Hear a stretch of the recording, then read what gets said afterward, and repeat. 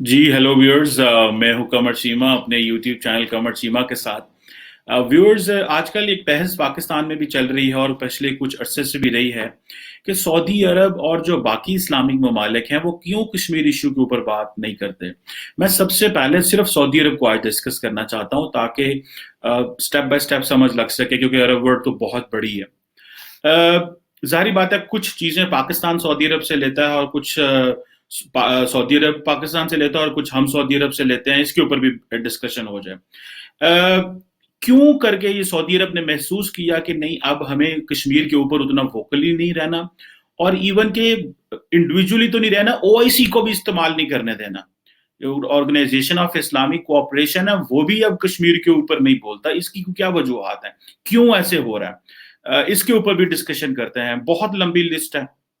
मुझे ऐसे लगता है कि शायद सऊदी अरब जो है वो पाकिस्तान से बहुत कुछ डिमांड कर रहा था और हम बहुत सारी चीजें डिलीवर नहीं कर पा रहे, और हम उनके ऊपर डिपेंडेंट भी थे, और इन रिटर्न हम उनसे जो चीजें मांग रहे थे वो भी डिस्कस करता हूँ। सबसे पहले अगर मैं मोटी मोटी मैं आपको चीजें बताऊंगा ताकि आपको एक ब्रॉडर स्ट्रेटेजिक अंडरस्टैंडिंग हो जाए। सबसे पहले तो सऊदी अरब और को ने हमें ये कहा कि जी यमन वॉर में, ये थोड़ी ज्यादा पुरानी बात नहीं, पिछली हुकूमत की बात कर रहा हूँ, यमन वॉर में हमारी मदद की जाए। लेकिन पाकिस्तान की पार्लियामेंट ने यह फैसला किया कि हम किसी भी मसले में नहीं जाएंगे, किसी जंग में नहीं जाएंगे जहां पे दो मुस्लिम ममालिक होंगे, तो हम न्यूट्रलिटी रखेंगे वहां पे। दूसरा, पाकिस्तान को सऊदी अरब ने कहा कि जो ईरान का न्यूक्लियर प्रोग्राम है उस पर उनकी मदद की जाए, लेकिन पाकिस्तान ने शुरू से न्यूट्रलिटी बरकरार रखने की कोशिश की और कहा कि हम दोनों ममालिक के दरमियान ताल्लुकात को नॉर्मलाइज करवाना चाहते हैं, जो कि पाकिस्तान के कद से बहुत बड़ा इशू था। क्योंकि ईरानियंस के और सऊदीज के जो मसले हैं वो एथनिक हैं, वो सेक्टेरियन हैं, वो रीजनल हैं, वो सिविलाइजेशनल हैं, और हमारा कद काठ इतना नहीं था कि हम वो मसले हल करवा सकते। लेकिन फिर भी हमारी साबका हुकूमत ने और इस हुकूमत ने भी कोशिश की, लेकिन उसका कोई फायदा नहीं हुआ। एक और अहम डिमांड सऊदी अरब की ये थी कि जो कतर का मसला है, जो कतर का इम्पैस हुआ था उनके साथ, जिसमें जीसीसी और कुछ और ममालिक ने, इजिप्ट वगैरह ने कतर का बायकॉट कर दिया था, और ये पाकिस्तान को भी कहा गया था कि वो बायकॉट करे, लेकिन हमने कहा नहीं जी, हम न्यूट्रलिटी रखना चाहते हैं। जिसका जारी बात है कि सऊदी अरब को जो चीज बहुत बुरी लगी कि ये पाकिस्तान हर चीज में न्यूट्रलिटी रखना चाह रहा है, ऊपर से ये हमसे चीजें पैसे भी मांगते हैं। जब इमरान खान साहब गए तो तकरीबन $3 बिलियन का तो लोन मिल गया और $3.2 बिलियन की ऑयल क्रेडिट फैसिलिटी पाकिस्तान को मिल गई, जो कि जारी बात है हमें रिटर्न करनी थी।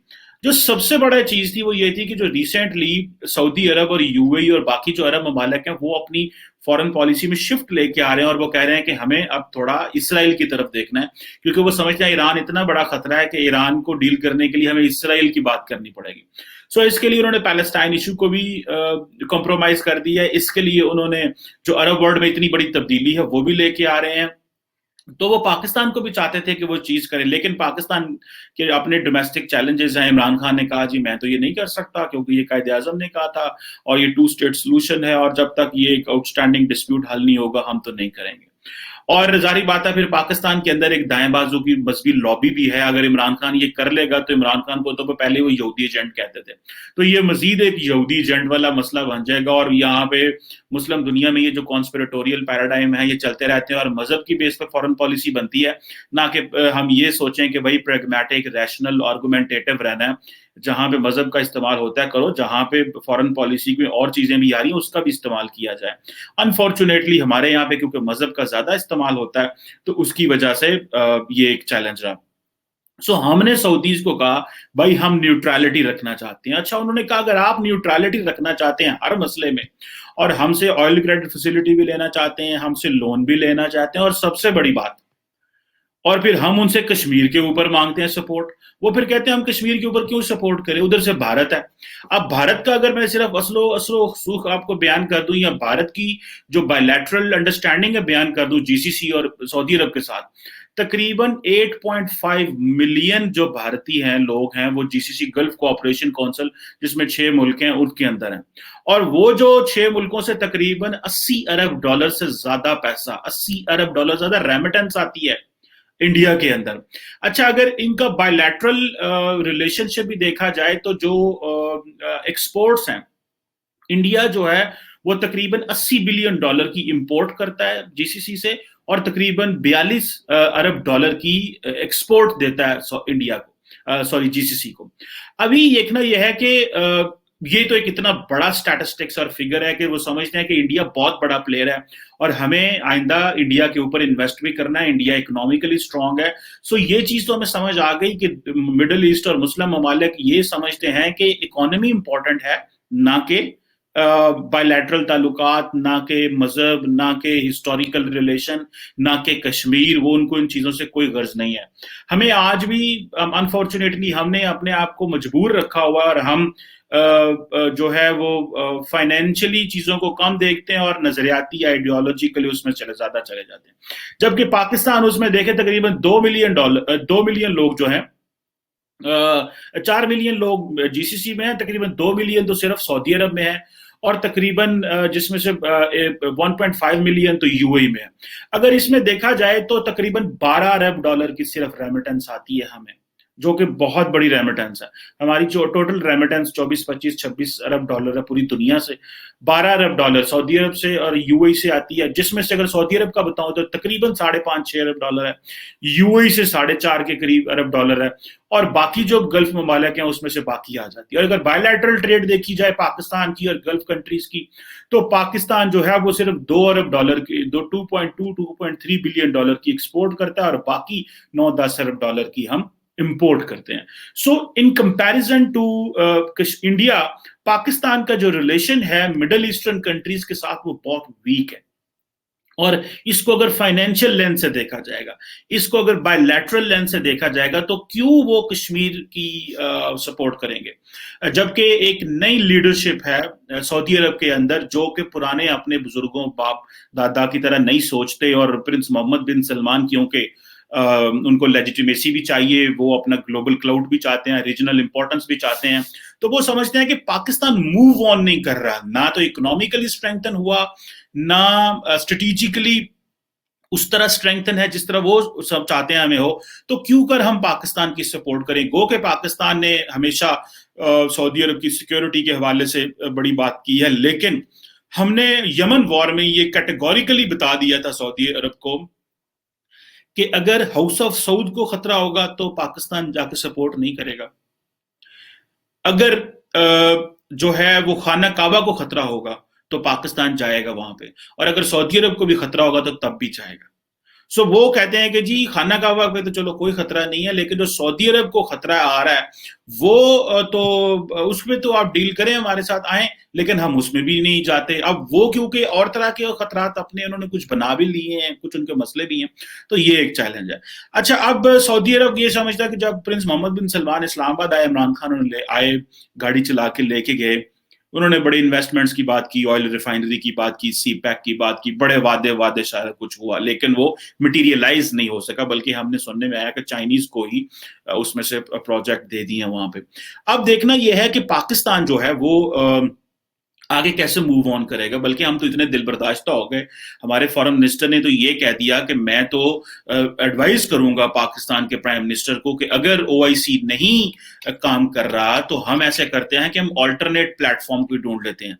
वो ऑल्टरनेट प्लेटफॉर्म ये था कि जो मलेशिया है, टर्की है और ईरान है, इसके साथ मिलके हम एक अलग ब्लॉक बना लेते हैं मुस्लिम उम्मा के साथ, जहां पे हम वोकली चीजों को डिस्कस करें। लेकिन उसका बड़ा बैकलैश आया, शाह महमूद कुरैशी को डोमेस्टिकली भी क्रिटिसाइज किया गया, ऑपोजिशन जमातों ने भी क्रिटिसाइज किया, और सऊदी अरब को तो बहुत बुरा लगा। बाद में फिर वो सॉरी करके हम पीछे हट गए उस सारी बात से, लेकिन सऊदीज को ये बुरा तो लगा। लेकिन एक और चीज भी है, वो ये है कि पाकिस्तान टर्की के बहुत करीब है। पाकिस्तान टर्की के ज्यादा करीब इसलिए होगा कि टर्की कश्मीर की बात करता, सऊदी अरब बात नहीं करता था।